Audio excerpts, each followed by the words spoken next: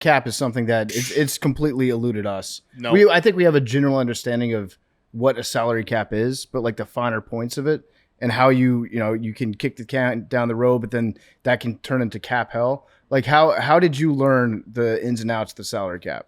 Yeah, I think really when I got here, there was no one better in the league than Joe Banner. Like he was unbelievable, and he was signing guys before everyone else was doing it. He understood it, and it was really like the early stages of the cap. And so I got a graduate degree in that and understanding it. And from my perspective, it's always about the players. We could do as many creative deals as we want. We could have as much cap room as we want, but we're not going to be any good if we don't have any good players. And so we got to get as many good players as we possibly can.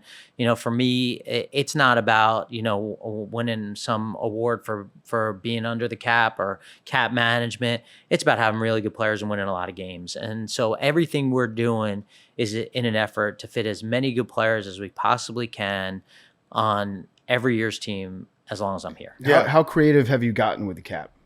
Well, you know what? At this point, I got really good people on a day-to-day basis, and basically, I'm saying like, let's figure out ways to get creative. Let's sit down and let's figure out ideas. Let's figure out ways. Let's keep as many good players as we possibly can, and also understanding that with that, we're gonna have to lose players over a period of time. Like if you look at us since 2022, we were in the Super Bowl in 2022. Watch this: zero of the defensive starters are still on our roster.